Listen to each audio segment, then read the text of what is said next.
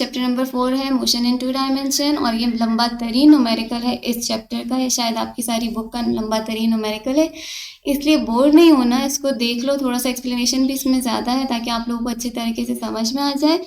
एक चीज़ जो आप न्यूमेरिकल्स में देखोगे, अगर आपको डाटा समझ में नहीं आ रहा, कोई लंबी चौड़ी सी आपके पास एक्सप्लेनेशन है, इसमें डाटा दिया हुआ है, कहानी बनाई हुई है, तो आप सिर्फ क्या करोगे, यूनिट्स देखोगे कि हमारे पास यूनिट्स क्या हैं। फॉर इंस्टेंस यहाँ पर देखो, हमें दिया हुआ है 53 डिग्री है, तो इसका मतलब क्या है, ये हमें थीटा दिया गया है। 100 मीटर्स पर सेकेंड हमें शो कर रही है वेलोसिटी, मीटर्स पर सेकेंड स्क्वायर 30 मीटर्स पर सेकेंड स्क्वायर, ये हमें शो कर रहा है एक्सेलरेशन, 3 सेकेंड शो कर रहा है टाइम। डाटा में हमें कहा गया है एक रॉकेट को लॉन्च किया जाता है 53 डिग्री में विद द हॉरिजॉन्टल के साथ 53 डिग्री का एंगल बनाते हुए एक रॉकेट को लॉन्च किया गया है। इसकी इनिशियल स्पीड है 100 मीटर्स पर सेकेंड और इसकी एक्सेलरेशन है 30 मीटर्स पर सेकेंड स्क्वायर 3 सेकेंड्स के लिए। अब इस पॉइंट पे पहुंच के इसका इंजन फेल हो जाएगा और ये एक कर्व बनाते हुए नीचे आएगा as a projectile, freely falling body, तो एज अ प्रोजेक्टाइल ये नीचे आएगा। जो चीज़ें हमें कैलकुलेट करनी है वो है हमारे पास मैक्सिमम एल्टीट्यूड, यानी हमें हाइट कैलकुलेट करनी है, टोटल टाइम t कैलकुलेट करना है और हॉरिजॉन्टल रेंज r कैलकुलेट करनी है। तस्वीर में देखते हैं कि किस तरह से हो रही है ये सारी कहानी बयां। यहाँ पर देखो, ये रॉकेट है हमारे पास, रॉकेट ने फ्लाइट की, रॉकेट नीचे से ज़मीन से ऊपर की तरफ उड़ा और इसका इंजन इस वक्त काम कर रहा था। ज़मीन से इसने कितने डिग्री का एंगल बनाया, यहाँ तक इसका इंजन काम कर रहा था, इसने 53 डिग्री का एंगल बनाया और यहाँ तक पहुँचते पहुँचते इसने जो इसकी एक्सेलरेशन थी दैट वाज 30 मीटर्स पर सेकेंड स्क्वायर, इनिशियल वेलोसिटी थी इसकी 100 मीटर्स पर सेकेंड। यहाँ पर इंजन फेल हुआ और रॉकेट ऊपर की तरफ थोड़ी सी हाइट अटेन करने के बाद as a freely falling body नीचे की तरफ आके गिर गए। डायग्रामेटिकली देखो आप, यहाँ पर हमारे पास इस डायग्राम के कुछ हिस्से बन जाएंगे। पहले वाले पार्ट में हम फाइंड करेंगे h1 हाइट, जब इसका इंजन काम कर रहा था तब जो इसने हाइट अटेन की। इंजन के बंद होने के बाद ये अपनी इनर्शिया की वजह से थोड़ा सा और ऊपर जाएगा और फिर नीचे की तरफ कर्व बनाते हुए उतर जाएगा as a freely falling body, as a projectile. यहाँ से हम प्रोजेक्टाइल मोशन वाली तमाम इक्वेशंस यूज़ करेंगे इस पॉइंट से, फ्रॉम ए, ये पॉइंट ए ले लेते हैं, ये बी और सी, और हम अगर आगे फर्दर कैलकुलेशंस करेंगे। टोटल हाइट जो होगी वो कहाँ तक होगी, यहाँ से लेकर यहाँ तक की जो हाइट होगी ये हमें कैलकुलेट करनी है। इस पॉइंट से लेकर इस पॉइंट तक का टोटल डिस्टेंस रेंज हमें कैलकुलेट करना है और टोटल टाइम कितना लगा इसको ऊपर जाने में और फिर नीचे आने में, ये टाइम हमें कैलकुलेट करना है। हाइट के दो कंपोनेंट्स हैं, एक वो हाइट जब इसका इंजन काम कर रहा था, ये ज़मीन से ऊपर की तरफ गया, दूसरा ये जो ऊपर की तरफ अपनी इनर्शिया की तरफ वजह से गया, दैट वाज हाइट 2। सबसे पहले हम फॉर्म करते हैं इसका डाटा। इनिशियल वेलोसिटी हमें दी हुई है 100 मीटर्स पर सेकेंड, हमें दी हुई है acceleration that is equal to 30 meters पर second square, then we have time 3 seconds, angle दिया हुआ है that is equal to 53 degree, force of gravity is 9.8 meters पर सेकेंड स्क्वायर। जो चीज़ें हमें रिक्वायर्ड हैं दैट इज हमें हाइट कैलकुलेट करनी है, मैक्सिमम हाइट, हमें रेंज कैलकुलेट करनी है और हमें total time of flight calculate करना है। ये न्यूमेरिकल अगर आप सीख लो ना तो आप तकरीबन तमाम न्यूमेरिकल्स में यही चीज़ें होती हैं, height, range and total time of flight आपको कैलकुलेट करना है।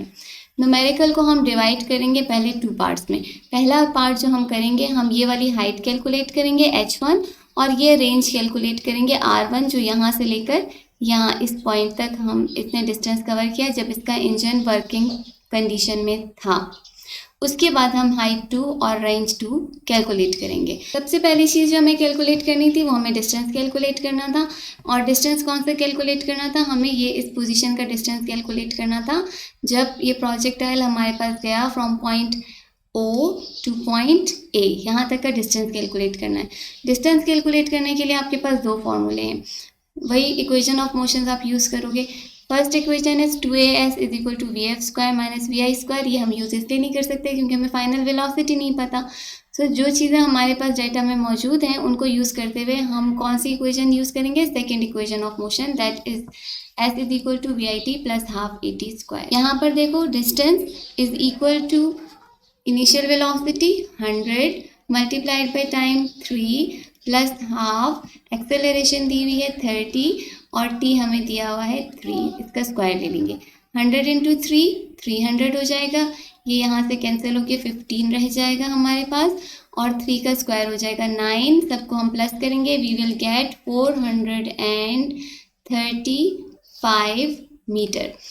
अब डिस्टेंस हमारे पास आ गया, हमें एक्स एक्सिस के अलोंग फाइंड करना है कि इसकी रेंज कितनी थी। सो एक्स एक्सिस के अलोंग जब भी आप कोई चीज़ फाइंड करोगे आप लोगे कॉस थीटा। R1 जब हम फाइंड करेंगे R1 is equal to S cos theta. So S हमारे पास है 435, कॉस किसका फाइंड करना है 53 डिग्री का। 435 मल्टीप्लाइड बाय कॉस 53 की वैल्यू है 0.601, इन दोनों को हम मल्टीप्लाई करेंगे, हमारे पास रेंज आ जाएगी that is equal to 261.435 meters. Second चीज़ जो हमें कैलकुलेट करनी थी हाइट 1, हाइट हम किस तरह से फाइंड करेंगे, अगेन एस साइन थीटा। जब भी हम वाई एक्सिस के अलावा कुछ फाइंड करते हैं हम कौन सी वैल्यू लेते हैं, साइन थीटा की। ऐसे हमारे पास 435 साइन 53 डिग्री, साइन 53 की वैल्यू है इक्वल टू 0.798, दोनों वैल्यूज़ को हम मल्टीप्लाई करेंगे, वी विल गेट 347.13 मीटर। ये हमारे पास हाइट 1 आ गई यहाँ से यहाँ तक, और रेंज 1 आ गई यहाँ से ओ से इस पॉइंट तक। जो फाइनल वेलोसिटी अब होगी after the engine fails, engine के फेल होने के बाद, इनिशियल वेलोसिटी तो 100 मीटर पर सेकेंड थी, फाइनल वेलोसिटी कितनी होगी, Vf से हम फाइंड करेंगे, Vf is equal to Vi plus AT। Initial velocity was 100 plus acceleration 30 और टाइम हमारे पास कितना है 3 सेकेंड्स का, सबको हम मल्टीप्लाई करेंगे, हमारे पास final velocity will be equal to 190 meters पर सेकेंड। ये देखो ये 3-4 चीज़ें हैं जो हमारे पास वैल्यूज़ आ गई, H1 की वैल्यू आ गई, R1 की वैल्यू आ गई, और हमारे पास आ गया फाइनल वेलोसिटी। ये सब कुछ आप अपने पास कॉपी पे नोट करो ताकि हम अगला पार्ट कर सकें इस न्यूमेरिकल का। सेकेंड पार्ट में हमने कैलकुलेट करनी है हाइट 2। मैंने आपको बताया पहली हाइट हमने कैलकुलेट कर ली जब इसका इंजन फेल नहीं हुआ था, फ्रॉम O to A। अब जो अपनी फोर्स ऑफ इनर्शिया की वजह से ये पॉइंट B तक जाएगा और फिर नीचे की तरफ आएगा, तो ये जो दूसरी हाइट है इसको हम कैलकुलेट करेंगे, that is equal to H2। अब चूंकि ये इंजन फेल हो चुका है, it is acting as a projectile freely falling body, या प्रोजेक्टाइल मोशन होगा।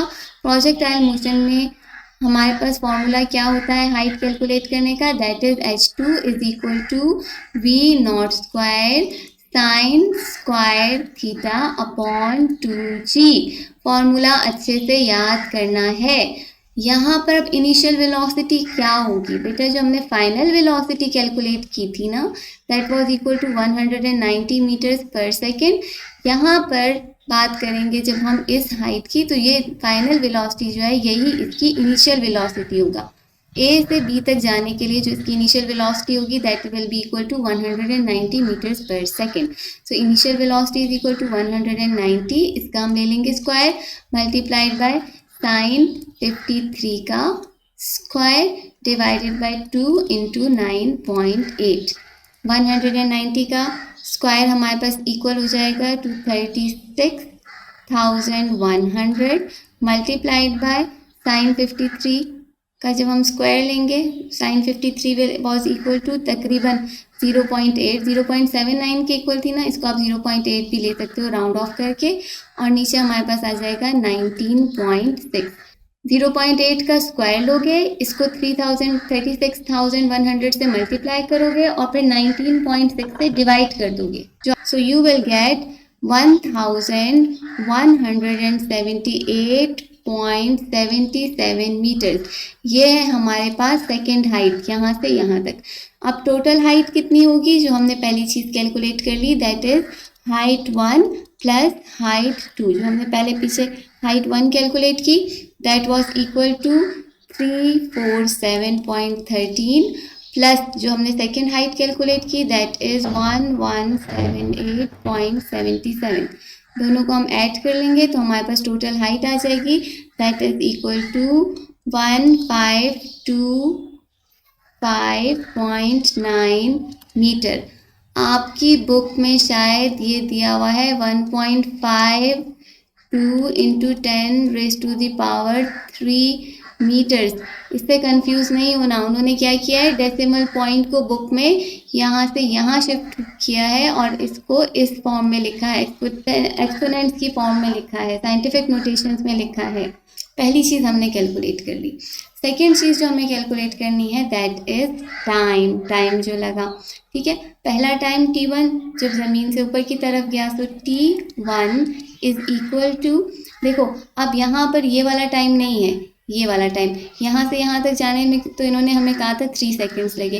अब हम कौन सा टाइम कैलकुलेट कर रहे हैं, ये वाला टाइम, ठीक है। इसको हम कह रहे हैं t1 जब रॉकेट इस पॉइंट से फ्रीली ऊपर की तरफ जाएगा और फिर नीचे की तरफ आएगा।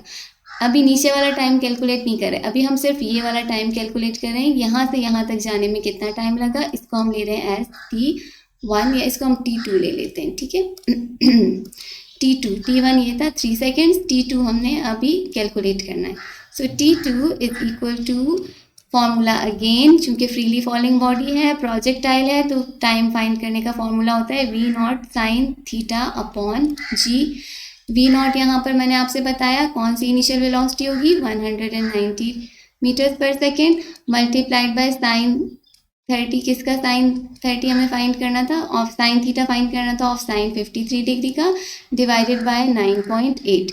साइन 53 तकरीबन 0.8 के इक्वल होता है, इसको आप 190 से मल्टीप्लाई करोगे, डिवाइड कर दोगे 9.8 से, यहाँ पर मैं लिख लेती हूँ वैल्यू 0.8, ठीक है। साइन 53 की वैल्यू हमने लिखी, दोनों वैल्यूज़ को मल्टीप्लाई करके 9.8 से डिवाइड करोगे, आपके पास सेकेंड टाइम आ जाएगा, that is equal to 15.51 seconds. ठीक हो गया। नाउ अनदर थिंग, जब ये रॉकेट यहाँ से ज़मीन की तरफ आएगा, आप बेटा जब बी पॉइंट से ये सी की तरफ आएगा तो यहाँ पर आके इसकी वेलोसिटी 0 हो जाएगी और फिर ये नीचे की तरफ मूव करना शुरू होगा। At point B its velocity, जो इनिशियल वेलोसिटी अब होगी, जिसको आप p1y भी कह सकते हो, that will be equal to 0, और फिर ये 0 से अपनी कहानी दोबारा से स्टार्ट करेगा। So s is equal to vit plus half at²। यहाँ से हमें वो टाइम चाहिए जो इसने ऊपर से नीचे आने में लिया। अब एक्चुअली हम क्या कैलकुलेट कर रहे हैं, वो टाइम जो ये ऊपर से नीचे आने में लेगा। यहाँ तक पहुँच गया, डिस्टेंस तो हमें पता चल गया, टोटल डिस्टेंस जो इसने कवर किया ना ज़मीन से ऊपर तक, जो हमारे पास h आया था, वो अब क्या होगा, इसकी डिस्टेंस s के इक्वल है, और फिर ज़मीन ऊपर से नीचे तक आने में जो टाइम लेगा वो हमें अभी कैलकुलेट करना है। s यहाँ पर हमारे पास क्या हो जाएगा, हाइट, और हाइट नेगेटिव में होगी। नेगेटिव में क्यों होगी, ये देखो, अब मैंने आपको दोबारा वही पॉइंट ऑफ रेफरेंस बता रही हूँ। यहाँ से इस पॉइंट से जब चीज़ नीचे की तरफ आएगी तो ये हमारे पास कौन से कोऑर्डिनेट में फॉल कर रहा है, 4th क्वाड्रेंट में। बेटा यहाँ पर देखो, जब आप ये कोऑर्डिनेट्स देखते हो, एक्स एंड वाई एक्सिस देखते हो, आपको अब तक अच्छी तरह से पता चल गया होगा, पॉजिटिव साइड पे जो एक्स एक्सिस होता है इसकी वैल्यूज़ पॉजिटिव होती हैं, राइट साइड पे, लेफ्ट साइड पे जो ओ के लेफ्ट साइड पे होता है, 0 पॉइंट के लेफ्ट साइड पे होता है, इनकी वैल्यूज़ नेगेटिव होती हैं। ऊपर की तरफ आई की वैल्यूज़ पॉजिटिव होती हैं और नीचे की तरफ वाई की वैल्यूज़ नेगेटिव होती हैं। जब आप हाइट की बात कर रहे हो, आप जब बॉडी नीचे की तरफ फॉल कर रही है, यहाँ पॉइंट ओ से ये नीचे की तरफ फॉल कर रही है, तब जो हाइट है, चूँकि ये इस वाई एक्सिस में आता है और यहाँ पर वाई एक्सिस नेगेटिव होता है, इसलिए यहाँ पर हम वाई एच को भी नेगेटिव लेंगे और force of gravity, acceleration due to gravity, इसको भी हम नेगेटिव लेंगे। सो माइनस एच, डिस्टेंस क्या हो गया, H height, minus H is equal to V I T, चूँकि इनिशियल वेलोसिटी अब 0 थी तो वी आई टी पूरा 0 हो जाएगा, माइनस प्लस किस में चेंज हो जाएगा, माइनस में, क्योंकि हम ग्रेविटी लगाएंगे यहाँ पर जी जो कि नेगेटिव में है, और टी हमें फाइंड करना है टी का स्क्वायर। माइनस एच कितना था, हमने जो टोटल हाइट फाइंड की, that was equal to 1525.9 is equal to minus half 9.8 into T का स्क्वायर। या तो आप ऐसे कर सकते हो कि टी का square is equal to, minus minus यहाँ से कैंसिल हो जाएगा, ठीक है, 1525 5.9, ये वाला जो 2 यहाँ पर t से डिवाइड हो रहा था, दूसरी तरफ जाके इक्वेशन के मल्टीप्लाई हो जाएगा और ये सब किससे डिवाइड हो जाएगा 9.8 से।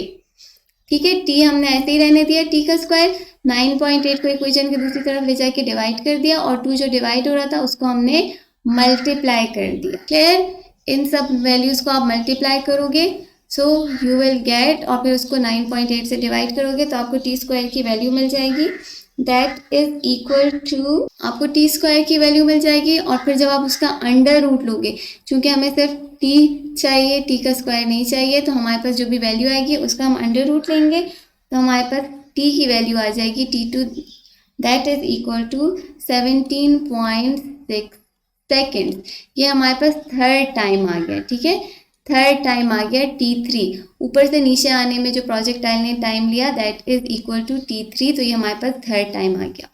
अब हम टोटल टाइम जब कैलकुलेट करेंगे तो वो कैसे कैलकुलेट करेंगे, T1 plus T2 plus T3। T1 हमारे पास था 3 सेकेंड्स प्लस जो हमने सेकेंड टाइम कैलकुलेट किया दैट वाज इक्वल टू 15.51। ठीक है, जो यहाँ इसने ऊपर जाने में लिया और फिर उसके बाद जब नीचे आने में जो इसने टाइम लिया जो हमने अभी कैलकुलेट किया दैट इज इक्वल टू 17.6। इन तमाम टाइम्स को जब हम ऐड अप कर देंगे तो हमारे पास टोटल टाइम ऑफ फ्लाइट आ जाएगा that is equal to 36.11 seconds. ये दूसरी चीज़ भी हमारे पास आ गई। हमने टोटल हाइट भी कैलकुलेट कर ली और अब हमने टोटल टाइम कैलकुलेट कर लिया। लास्ट थिंग जो हमारे पास रह गई है वो है रेंज। टोटल रेंज हमने कैलकुलेट करनी है। रेंज को भी हमने 2 पार्ट्स में डिवाइड किया हुआ था। पहला पार्ट यहाँ से यहाँ तक R1 जो हम कैलकुलेट कर चुके हैं, अब हम कैलकुलेट करेंगे R2। R2 कैलकुलेट करने के लिए जो टाइम हम यूज़ करेंगे ना, यहाँ पर देखो ये हमारे पास 3 सेकेंड्स था जब हमारे पास इंजन काम कर रहा था। अब जब एज अ प्रोजेक्टाइल ये मूव करेगा तो हमने जो T2 और T3 फाइंड किया था हम उनको ऐड करके इसका टाइम लेंगे। ये वाला टाइम हम नहीं लेंगे, यानी हमारे पास 36 सेकेंड्स टोटल टाइम आया था, 36 पॉइंट कुछ सेकेंड्स। इसमें से हम 3 को माइनस कर देंगे तो जो हमारे पास बाकी टाइम बचेगा यानी T2 और T3 को प्लस करके जो हमारे पास टाइम होगा उससे हम इस R2 को कैलकुलेट करेंगे। तो T2 plus T3 was equal to 33.11 second. इस वाले टाइम को जो time from B to C आने में इसको लगा, इसको कैलकुलेट A से C तक आने में जो टाइम लगा इसको कैलकुलेट करने के लिए रेंज को कैलकुलेट करने के लिए हम वो टाइम यूज़ करेंगे। रेंज कैलकुलेट करने के लिए फॉर्मूला हमारे पास क्या होगा, S is equal to velocity into time. अब यहाँ पर कौन सी वेलोसिटी होगी, वही जो इस पॉइंट पे थी। इस पॉइंट पे इनिशियल वेलोसिटी कितनी थी 190 मीटर्स पर सेकेंड। न्यूमेरिकल अगर समझ में ना आए तो इसको 2 से 3 दफ़ा रिपीट करके देखना। जो पॉइंट समझ में नहीं आएगा उसको रिपीट करके देखोगे। आपके पास तो एक रिकॉर्डेड टीचर मौजूद है, जहाँ से समझ में नहीं आ रहा बार बार रिपीट करो, वहाँ से देखो और समझने की कोशिश करो, इंशाल्लाह आपको समझ में आ जाएगा। ठीक, यहाँ पर S is equal to Vx जो एक्स एक्सिस पे इसकी वेलोसिटी थी मल्टीप्लाइड बाय टाइम या रेंज जो है हमारे पास R2 that is equal to V, क्योंकि एक्स एक्सिस की बात हो रही है तो V0 क्या लगा देंगे हम, cos theta multiplied by time. V हमारे पास है 190, क्योंकि इस पॉइंट पे इनिशियल वेलोसिटी कितनी थी 190 मीटर्स पर सेकेंड मल्टीप्लाइड बाय एंगल वही 53 डिग्री का, तो इसका हम ले लेंगे cos theta multiplied by time कितना है 33.11 second. 190 multiplied by cos 53 is equal to 0.6 multiplied by 33.11। सब नंबर्स को मल्टीप्लाई करेंगे हमारे पास सेकेंड रेंज आ जाएगी that is equal to 3785.9 meters. ये हमारे पास रेंज आ गई ये वाली। टोटल रेंज कैलकुलेट करने के लिए हम क्या करेंगे, R1 प्लस R2। R1 किसके इक्वल थी 261.435। Hold a copy and a pencil. Copy और पेंसिल लेकर बैठो और ये न्यूमेरिकल साथ साथ नोट करते जाओ ताकि आप अच्छे से समझ सको। ठीक है, 261.435 फर्स्ट रेंज थी एंड 3785.9 सेकेंड रेंज थी।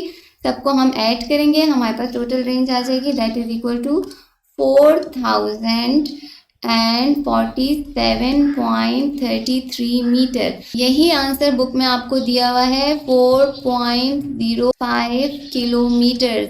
बेटा इसी मीटर्स को बुक में कन्वर्ट करके किलोमीटर्स में लिखा हुआ है, नथिंग इज चेंज, ठीक है। 1000 से आप डिवाइड कर दोगे तो आपके पास सेम आंसर आएगा, दैट इज 4.05 किलोमीटर्स।